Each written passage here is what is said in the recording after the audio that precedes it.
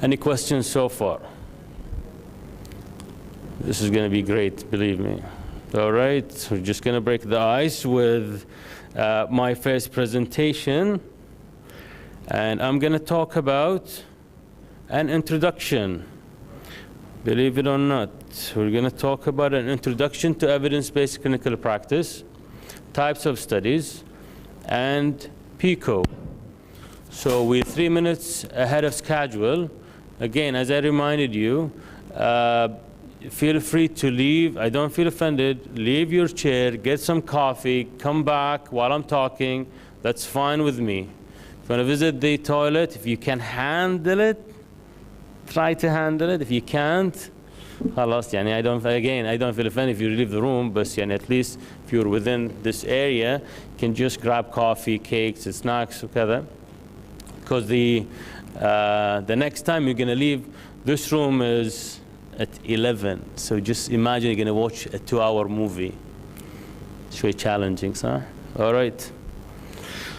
So let's go on. So the objective of this lecture, 1-hour lecture, is to understand the principal concepts of evidence-based clinical practice, to practice, and this is going to go on over the next 3 days, but you're also going to be practicing critical appraisal of different studies. So my job today is to introduce you to different studies or different types of studies, and to be able to formulate a study question and interrogate the literature. So would like you to be as a judge as well, interrogate the literature, see the quality of these studies. That will allow you eventually to stay updated, because you don't wait for guidelines to tell you what's good and what's bad. You actually will be the person who would judge on the quality of the studies. Apologize for several coughs, and it's just and that, if you see, this is probably the most important word that I'm going to show you today. Variable medical feeds. I didn't even tell you what my specialty is. Our job is to try to, mingle the groups. We'll have different heterogeneous groups. Each group is from different specialty. We would like to have the surgeons all together, but I can't tell who the surgeons in the room are. They usually are the group of guys who sit on the farthest table from the presenter. So I'm not sure if I'm right or not, but يعني, doing 6 workshops, I could probably tell who the surgeons are. So see where I'm standing, check where the farthest table where the groups of guys are. Those are the surgeons. Anyways, you're not going to see those surgeons all together in the same room. Same applies on every specialty. So you're not going to find your program friends, let's say, in the same room. You're going to be distributed, and the reason is that we want to focus on that clinical epidemiology information and not your specialty. I want you to get familiar with the information that we use and the new language that we're going to start to use in this workshop about critical appraisal, and not about internal medicine or OB/GYN or dentistry, etc. Okay?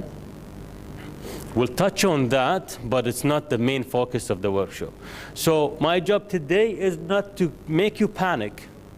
Or my job in this lecture is just to get you introduced to the language, so you'll be a little bit familiar with some of the languages that we use.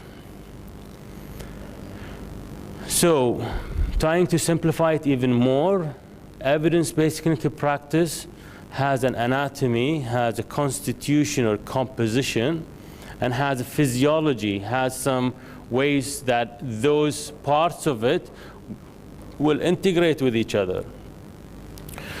So, but our job is to think as clinicians and try to choose which studies actually are good studies, so we will work as the judge clinicians, because we're going to take this information and try to correlate with what's being applied in the workplace and try to get the dots connected, if you will.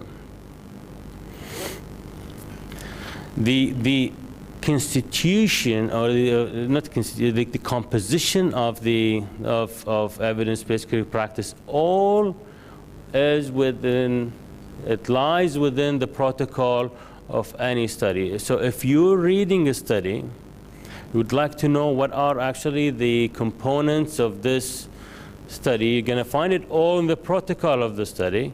And let's just try to break it down into parts. So first and most important would be the research question.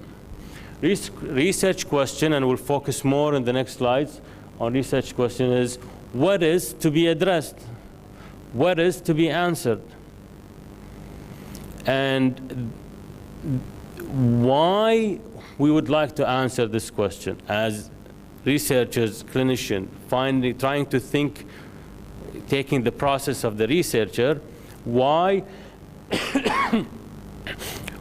those questions are important, or why this question is important. That's very important. So we want to see the significance, what's been done in the past, what are the uncertainties, and then make this question important. Then comes the design of the study. First of all, what type of research, or how was it being utilized? And again, we're gonna spend 15 or 20 minutes on this. And also on the time frame, are we looking backward? Are we looking forward? Are we looking at the present time? Are we starting now, going back? Are we starting now, going forward? How is the time frame, and over how long? That's also very important. And then choosing the participants, and this is very crucial for you to, when you read a study, you would like, as a consumer of research, let me call you a consumer or client of research, you would like to believe what's been distributed in the study. And in order for you to believe what's in the study, you would like to see that those patients recruited in the study are similar to patients that I'm seeing in my clinic, or my hospital, or my ICU, or emergency department, or dental chair, whatever, right? So the selection criteria is very crucial. Who's selected, and how did they choose those? That's also very important for you. Did they choose everyone who came in, or did they select them randomly? That's very important for you to know. Then comes the variables, and we have something that is called a predictor, and there is something that's called the outcome. Usually, theoretically speaking, predictor causes an outcome. There's something called a confounder or a confounding.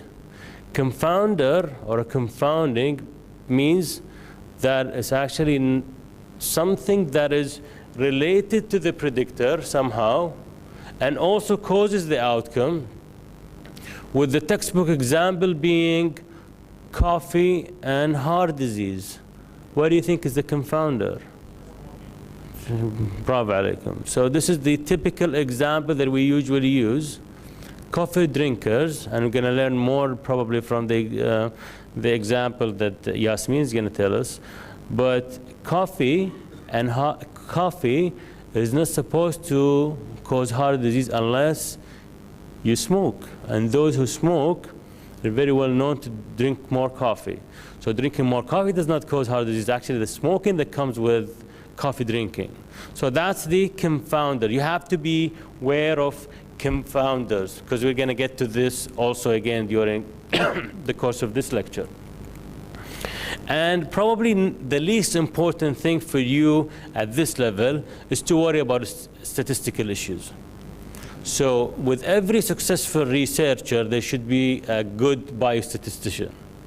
So you're not going to learn so much about biostatistics in this course.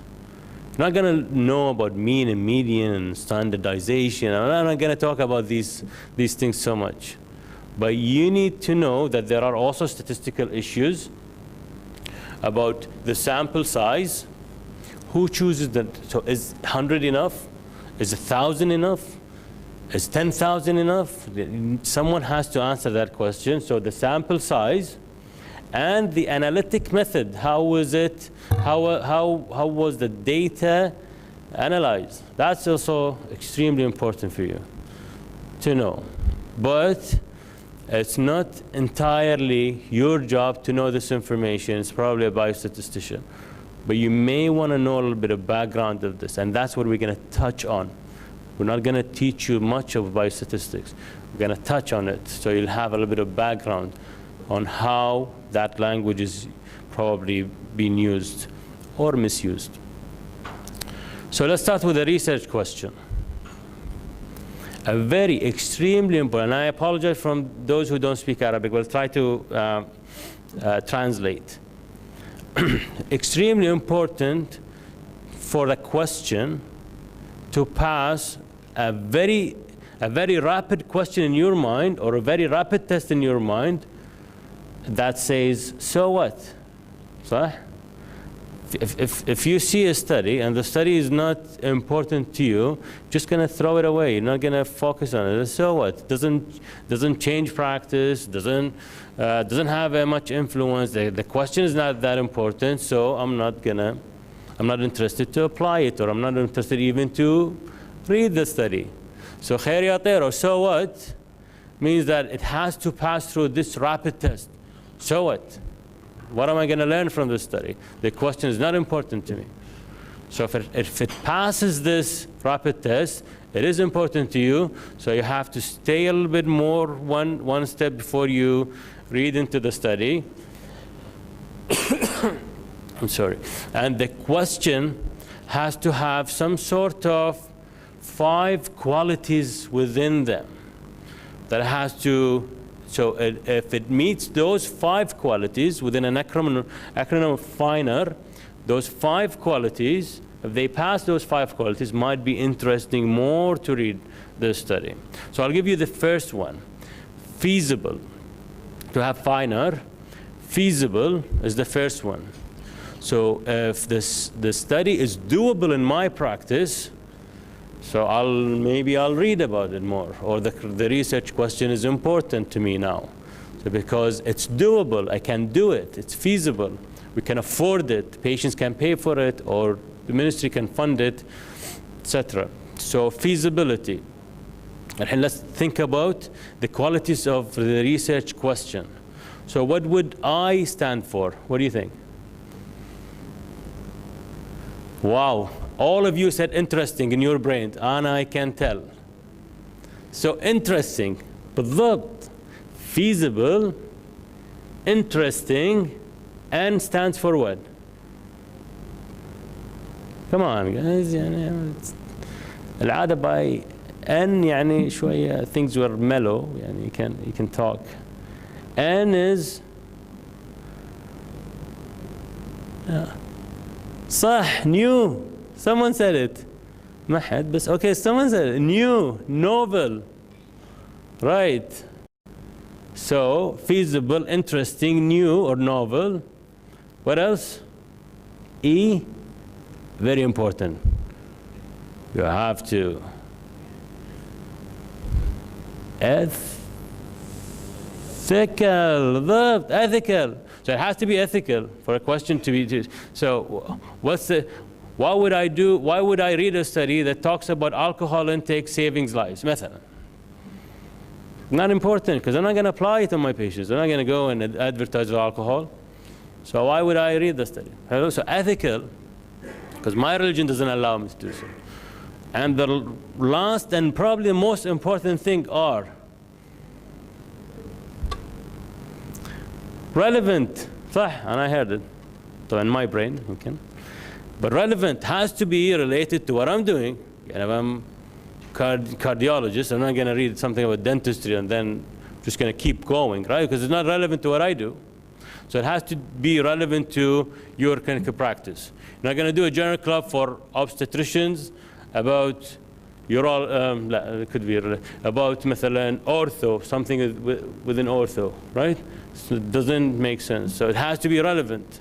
So the question has to have those 5 qualities: feasibility, interest, novel, ethical, and relevant. Then we're going to hammer you with this term, PICO. You're going to hear PICO, you're going to hear this term probably 100 times a day. PICO, what's the PICO? Let's break it into PICO. What are the PICO in this question? PICO stands for basically population, intervention. This could be also replaced by exposure, intervention or exposure. So some people call it PECO instead of PICO. Comparison. So what are you comparing the intervention to? And outcome, what are you looking for? All right? So population, intervention, comparison, and outcome. So people add the letter T at the end. They call it PICOT, and T stands for time. So over how long? All right? But not necessarily to have T always. But at least if you're able to pass the Khayriat test and then get the finer good and get the PICO, you're in good stance. All right? Halloween? Get into an example now. Should people eat more fish? That's good for a question. Probably not that specific. Doesn't tell you who are the people, doesn't tell you how much is the fish, doesn't tell you what you're looking for, what are the benefits of the fish. So it probably can be more specific if we say it in different ways. So you can specify the population, like you could say how often the Kuwaitis eat fish, or you can say, does eating fish lower the risk of cardiovascular diseases? So that's outcome. Or is there a risk of mercury toxicity with fish? So you're looking at not the beneficial outcome, you're looking at side effect profile of the same intervention. Can also compare two interventions, fish oil and fish intake, and with fish oil and dietary fish. So you can compare two interventions together. One intervention is, let's say, fish oil. The comparison from PICO would be dietary fish intake. So that's how you get more and more specific. You see where you're going? You get more and more specific in formulating a question. Now we're going to jump into the types of studies or the designs of the studies. And this network, you don't have to worry about it because really, everything goes up to these three main types of studies. You're either dealing with a diagnostic test or a test that has a predictor and outcome. And if the investigator themselves have no role but observing what's happening, that's an observational study. If the investigator themselves have an active role within a controlled environment, giving this group the intervention, giving the other group the placebo, that's the active role, or they call it a clinical trial. So when you hear the word trial, it means that the investigators have an active role in delivering the intervention. But everything else is just watching, observing what's happening. So that comes to the exposure point of PICO, if you remember. All right? So it's either observation or clinical trial diagnostic test. These are the three main types of studies. But we're just going to talk a little bit more, and let's start with the observational study. And with the observation study, I would like to start with a cohort. Does anyone know what the exact meaning of a cohort study? Or, sorry, a cohort. Says on the slide, but there is actually a linguistic. Sean? Time. Cohort is, it's a group of people. Cohort is the marching group of soldiers. This is linguistically talking. Huh? So when you see this military show, and you see these groups of soldiers that they're walking together in one group, this bundle of soldiers actually is called cohort. But the analogy that we use in here, they call it cohort, is that because the investigators usually assemble a sample of patients, sorry, measure whatever is measurable of their interest, and then watch them over time and do several testing in between in the future to get more information about the outcome. So they do the assessment of the predictor at the beginning, looking for an outcome over time. This is a cohort study in general. Let's do it graphically, so we probably would understand it more. Let's assume that this is the whole population on Earth. And we're measuring the level of a continuous variable, let's say ESR. Is anyone who does not know what ESR is? I can just replace it with something else. ESR, okay? And let's say that ESR starts from 0, goes indefinite. Then a group of interested lab specialists would say, well, you know what?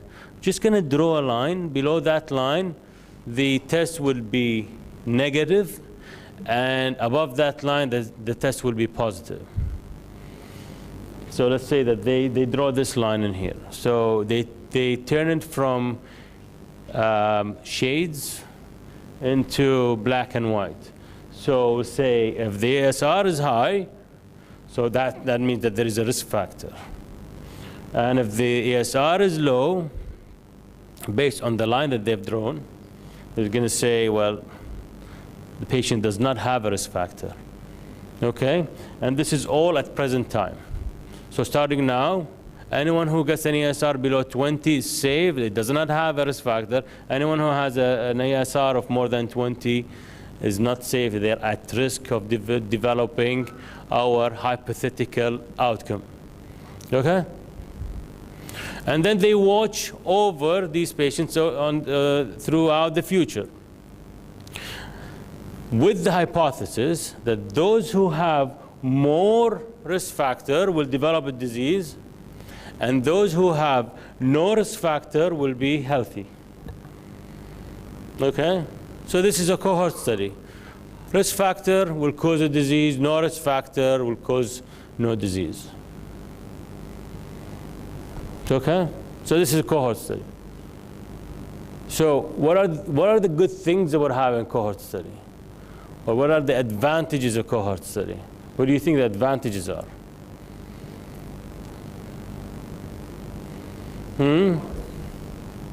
It gives you an idea about the cause, the cause and effect relationship, right? And you know for sure that this sample of patients, that the one that you've chosen, they don't have the outcome. So there's no outcome. You're trying to study if this exposure will cause the outcome. So it gives you an idea about the development of new cases. You know what I'm talking about? New cases? Incidence, bravo alaikum. So it's a powerful way to assess incidence. It's helpful for potential causes. Tells you about, you can measure so many things, and then you try to link between the effect and the outcome. And establishes time sequence. Let's say that you know that this patient has started smoking now, and then after 5 years they develop stomach cancer, for example. And you can make some sort of time consequence. If you smoke for that amount, for that long, you probably will develop stomach cancer. For example, and I'm just giving you a hypothetical example. Don't take any information out of my mouth. And also, it prevents the influence of existing outcome, because you're not starting with an outcome. You're starting with a healthy individual who's getting exposed to a potential harmful exposure. So there's no influence of an existing outcome. But there are weaknesses to cohort studies, because we're not 100% sure that this effect or this exposure will cause that outcome. because it's not controlled environment. And we'll talk more about this when we get further in the types of studies. And there is persistent role of confounders. You're watching that group of patients, but you don't know, you're measuring one or two things, but you don't know if there is a third thing that's probably causing that problem, but you didn't know about it. Okay? Same, let's say that we measured how many people in this room who actually are drinking coffee, and how many people of this room have heart disease, بعيد الشر. And we try to link coffee and cardiac diseases. But we didn't check how many patients smoke, مثلا. How many of you smoke? So we can, there are persistent role of confounders that's been not detected or not measured by the investigators. Whenever you deal with human beings over time, it's an expensive study. That's for sure. Take it from me. And whenever you deal with the human beings over a long period of time, there is a huge risk of dropouts, especially if you're not controlling the environment. If it's not a trial, if you're just observing, you have a passive role as an investigator, there is always a risk of people leaving your study, whether by choice or not by choice. And it's not very practical for rare diseases. Why do you think is that? If you have a disease that has a prevalence of 1 in a million, it means that you have to get a million people to get one disease. That's a huge expensive, non-practical at all. So it's not practical for rare diseases. So if we want to answer our fish intake and cardiovascular disease example with a design of a cohort study, so let's say that we measure the fish intake at baseline on a group of people, and then follow them up to see the development of cardiovascular disease. Did we try to link? And we're okay with the ID at least? So checking fish intake now, and then watching people over time developing heart disease. So that's cohort study. Okay? صعبة? صعبة? Everyone's saying that. صعبة? والله الله يستر. Not promising group. Let's switch over to cross-sectional study. Cross-section, probably everyone in this room had come across a cross-sectional study or conducted a cross-sectional study. Has to do with surveys, easy study, interviewing people. When you used to be a medical student, try to be nice with the doctors. You go to the hospital, try to get a surveys filled, وبعدين they all let you down. ما يقول وخر عنوي واللي يقول ما لي خلقك واللي يقول I'm on call.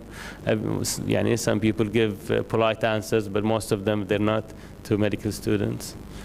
So cross-sectional study, all measurements are done on spot in a snapshot.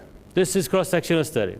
You get all information. Let's close the doors, distribute surveys. Let me know about your morning workout behavior. So I get information right away. And whether you have joint disease or not. All information right away, صح? So all measurements are taken at the same time. There's no follow-up. Once the survey is done, خلاص, you're free to go. So there's no dropouts. All the are in, خلاص, one time. And can examine the association between variables. If I hypothesize that those who work out in the morning, they're going to have less joint pain, مثلا. You can tell those who work out more will have less joint pain. Those who work out less will have more joint pain. So you can make an association. Never a causal relation. It's an association. It's not 100% sure. You're just coming up with a theory, huh? And it reports prevalence. Prevalence, what's the difference between prevalence and incidence? So incidence, we said, those who are detecting new diseases, right? New cases. What about prevalence? Those who have the disease already. So old cases, those who have the disease. So cross-sectional study is excellent, but let's try to get into graphical way. The same example applies in here. Got the whole population, got ESR, and a level above is bad, below is good. and then doing snapshot, get all the information with the hypothesis. Those with the risk factor will have a disease. Those with no risk factors will be healthy. Okay? Easy, easy. So it's fast, it's inexpensive, there's no loss to follow up. That's great, but it has so many weaknesses. It's difficult, as I said, to establish the causal relationship.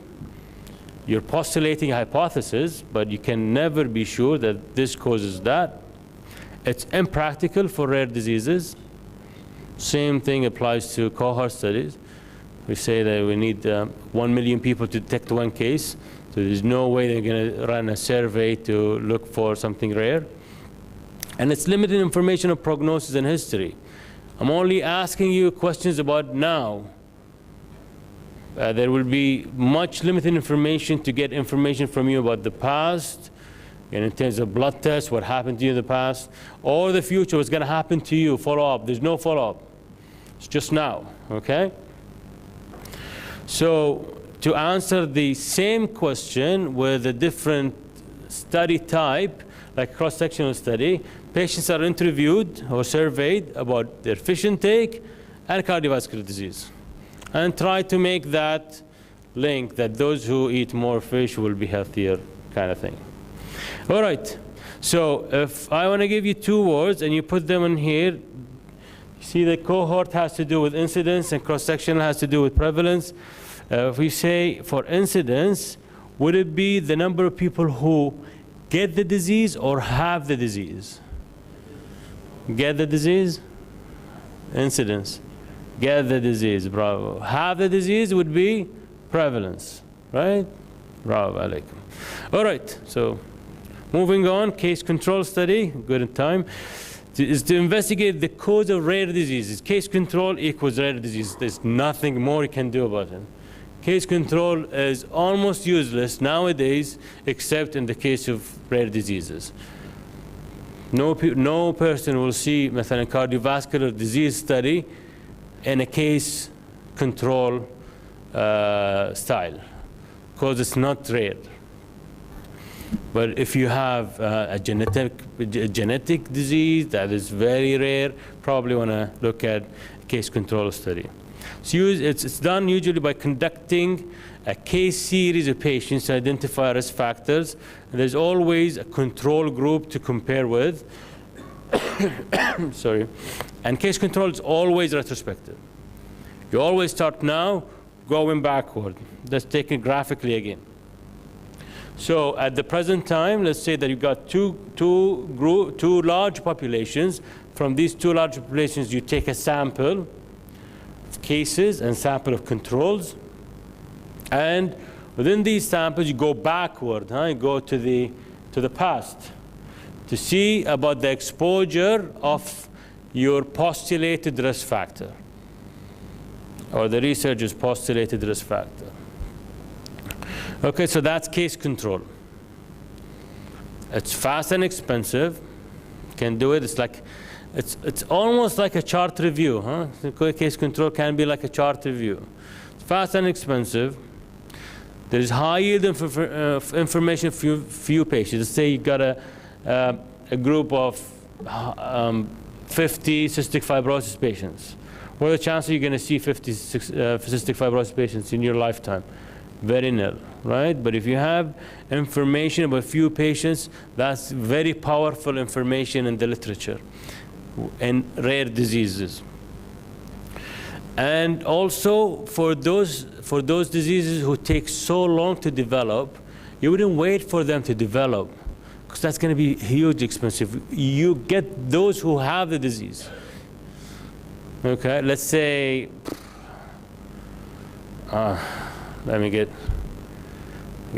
give me a disease that takes so long to develop.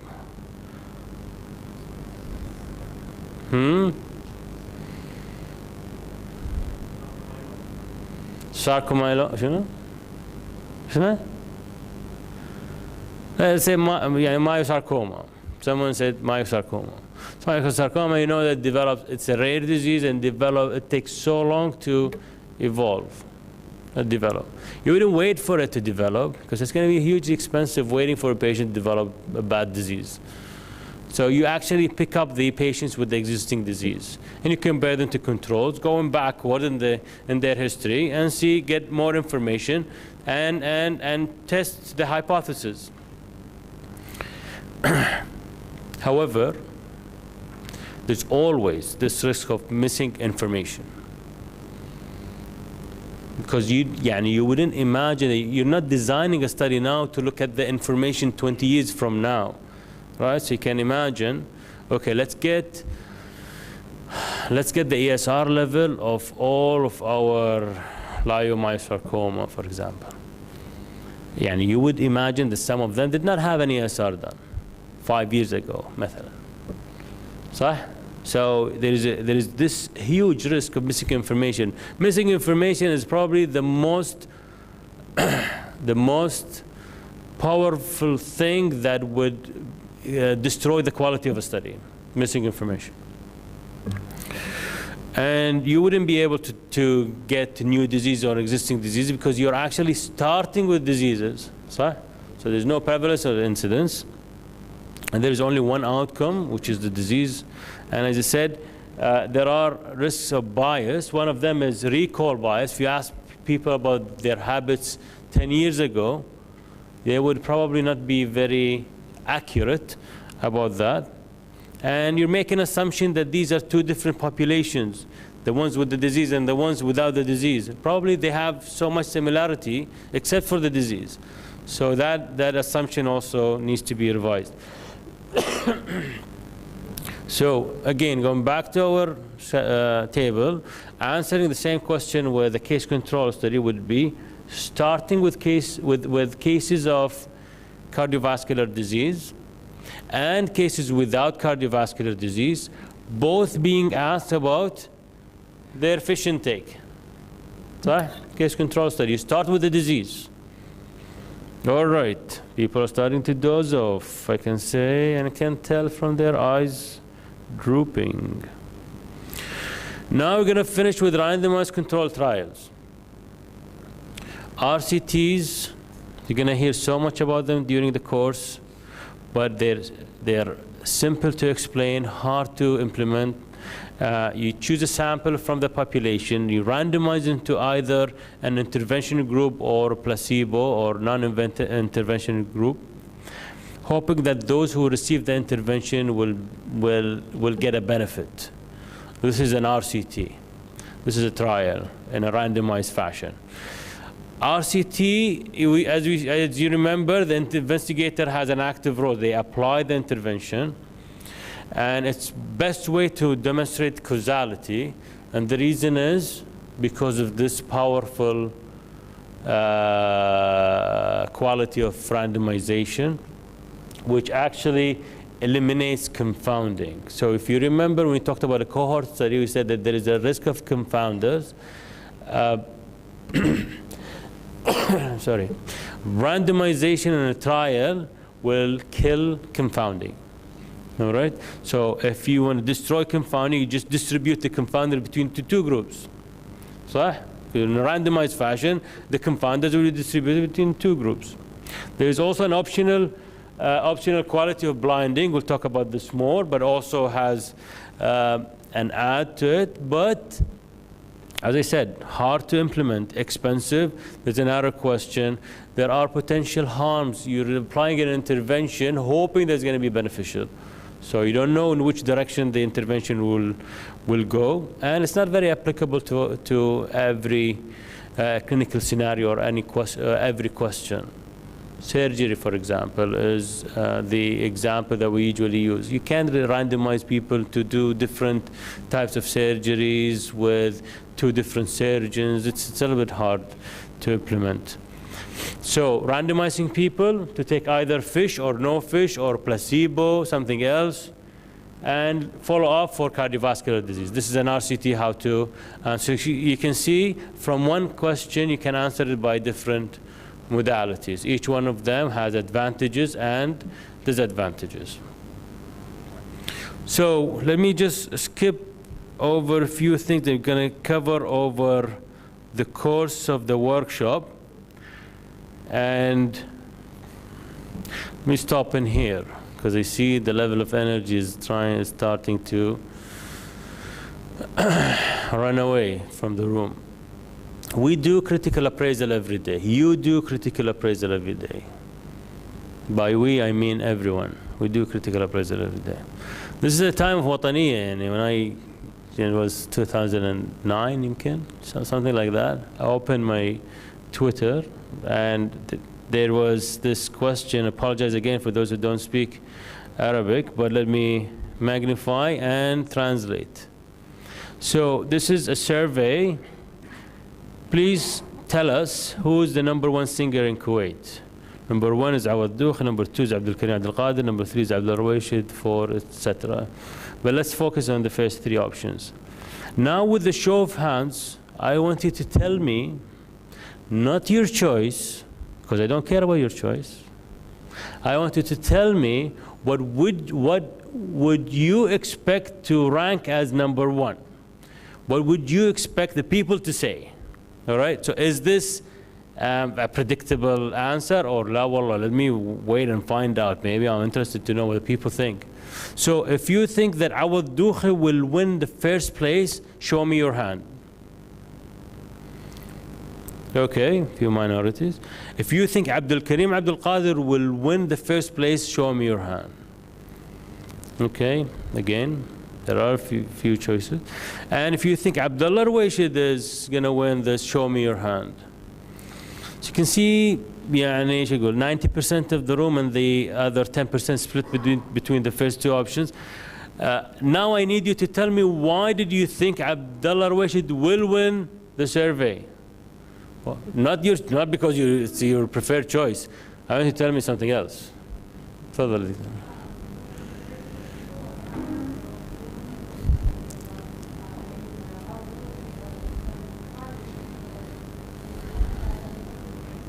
So I'm just going to repeat your answer. So majority of users of social media are young generations. So you're asking a young generation, you would expect young generations to remember only those who are actually they're familiar with. Anything else? You have blocked ear.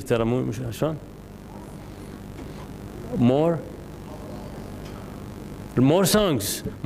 When was the last time that you heard Awad Dukhi on the radio? Do you actually know Awad Dukhi? And I'm starting to question that. There are people who don't know Awad Dukhi. Pretend to him, but they have no idea. It's been so much. It's been a while since we heard Awad Dukhi. Abdul Karim is not so much, not often like Abdul Rawashid. So 2 correct answers. One, something called referral bias. Referral bias, you're sending it to people that you think that they will choose this option. So that's unfair. Ask everyone else. Ask only those who use the smartphones. And the second thing is recall. I don't remember this guy anymore. So that's why sometimes you see a question, you would, people will vote for this guy. Or people will say that. You would predict the answer. That's an unfair way of distributing research answers. Let's get into the physiology. We'll spend maybe 10 minutes in physiology, and then we'll switch over to the next to the next talk. Physiology is to try to draw inferences which are conclusions. You would like to get so much conclusions from the components of this anatomy of research. And there are 2 types of inferences or conclusions. There is something called internal validity or internal inference. And that internal inference is it's being concluded by drawing correct conclusions from what happened. So it's within the study. We try to believe what's within the study. The other term to that is risk of bias. So risk of bias, if the study itself did not give you true conclusions, you wouldn't believe what's in the study because it has lots of bias inside it. Okay? So that's risk of bias. Within the study itself, I wouldn't believe the results of the study because the study has so much risk of bias inside it. So the quality of the method or methodological quality of the study is suboptimal. So you wouldn't believe the conclusions or the internal validity because the study has bias. And there is the external conclusion, which means that the study is good, but the study is not generalizable to the population. So I cannot draw the conclusions on my population because the study does not reflect reality. So study was done and it was good, good quality, no risk of bias, nothing. But I cannot apply it on my patients because it does not represent reality. So this is, or applicability, the other word is generalizability or applicability of conclusions to the outside world. Okay? The other word to this is effectiveness.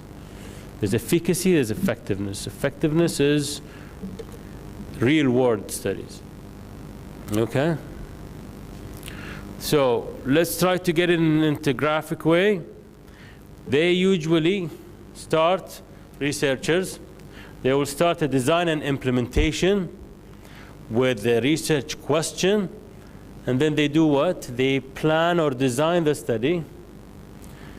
They design and plan the study, and then they actually implement the actual study. Okay? Let's try to focus on this. They think about the research question, then they do the design, they decide that this is the plan for the study, this is how we design it, this is how it's going to be done, and then they implement the study. So they got the study actually implemented. Hello? What happens in terms of conclusions is that you go backward. Drawing conclusions is by you try to link between the findings of the study and the truth of the study. If the study is full of bias, you wouldn't believe the findings. So that's not true. Let's say that they've decided to look at something and you see that there's a risk of bias within the study, so you wouldn't believe that study. So is this internal or external validity? Internal validity, excellent. Which other word do we use for internal validity? Risk of bias, bravo Alec. Okay, let's say that the truth of the study, you try to generalize it or apply it on the truth of the universe. If the study does not reflect real world, you wouldn't apply it or you wouldn't generalize it on your own population. So that's generalizability. So risk of bias would be in the internal in the internal part. The generalizability or applicability would be at inferring the conclusions from the study to your actual real-world patients. Okay, so this is how physiology works, in a philosophical way. What about errors? Errors can be introduced if you do an error in the design of the study. What do you think happens? Drawing conclusions from the study to the real world will be wrong. So, because if there is a design in the study that, and when it comes to a sampling, if you're not choosing the right sample, you cannot apply what's in the study on your actual patients. Okay? There is the other measurement error. Measurement error can introduce also an implementation error, which means that the internal validity will be screwed. If you're not measuring the correct thing, you're introducing bias. So, again, might be confusing a little bit, but that's fine. It's just how to find or how to explain research errors. The goal is actually to make the study free of bias or to maximize its validity, its accurateness. And there are two types of errors that we're going to touch on during smaller groups. There is the random error, and there is the systematic error. Random error is what happens by chance. You have no control over it. You can probably, and you can do as much as you can about it, but it can go in either direction because it's just bad luck. It's just chance. And there is this systematic error which was actually introduced intentionally and unintentionally, but it usually goes in one direction. You're doing the wrong experiment 100 times, you're going to get the same result because there is a mistake in running this experiment. So this is systematic error. It goes in one direction. People do so much, try to minimize at least systematic error by improving the design, enlarging the sample, and doing lots of quality control. And I think on the smaller groups, we're also going to touch on precision and accuracy. Accuracy has to do with truth. Precision has to do with reproducibility. The more you do it, the same result we'll get. This is precision. Accuracy has to do with truth. You get the right, you get the accurate, you get the real answer. Okay? Just going to close with this probably slide. Another critical appraisal that happens every day. This is not far away. This is 2 years ago, I think now. May 2015. Hitting to headlines, says 90% of Kuwaiti married men die before their wives. This is hitting headlines. What does it tell you? What's the advice that they're trying to advertise? يقولون حق ريايل. يقولون حق ريايل. Please stay away from them. صح? Because they're deadly. Marriage is deadly. That's what it says for men. What do you think is there anything wrong with that? Headlines, huh? يعني فاسس بند العريض. Don't get married. What is it? How do you explain it? Do you have an explanation for it?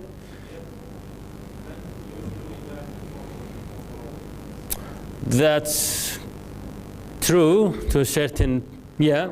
So the life expectancy for men is less than women in general. So that has to do with the actual true reason. What else is more effective? It's not 90%, يعني, not that level. يعني what's the أرملة كم مرة تشوفون زوجة كم مرة تشوفون زوج أرملة كلها أرملة صح كلها أرملة always after their husband. Why is that? Excellent. So you start with an imbalanced prognostic factor. Let me translate this. Let's say the average marriage time for men is 30. Hypothetically, some people get married later, some people get married earlier. But let's say 30. What's the average marriage age for women? Let's say 25. And let's say the life expectancy overall for Kuwait is 75. Hello? So who do you think is going to die first? Men or women? Huh? Men, صح? Men will hit 75 before their wives. Doesn't mean that their wives killed them. Doesn't mean that marriage is harmful. It's just the nature of life. You started with those guys are 5 years earlier than the women. So men will hit 75 before women. It's like starting a race. All the men are in front. Who do you think is going to win?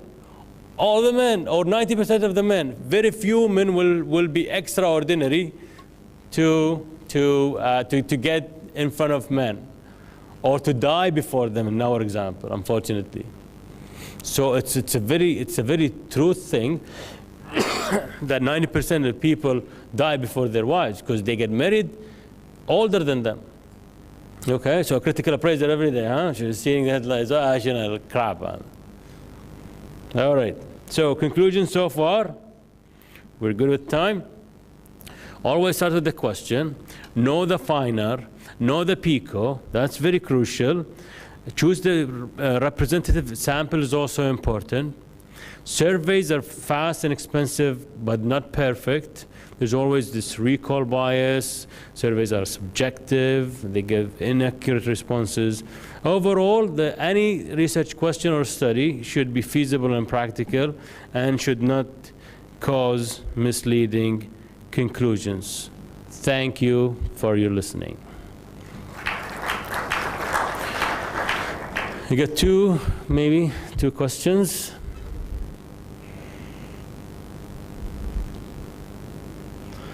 I mean, can be as interactive as you want when you get to the smaller group tutorials. So I'm okay with that. But if you have any burning question, I'm happy to answer them.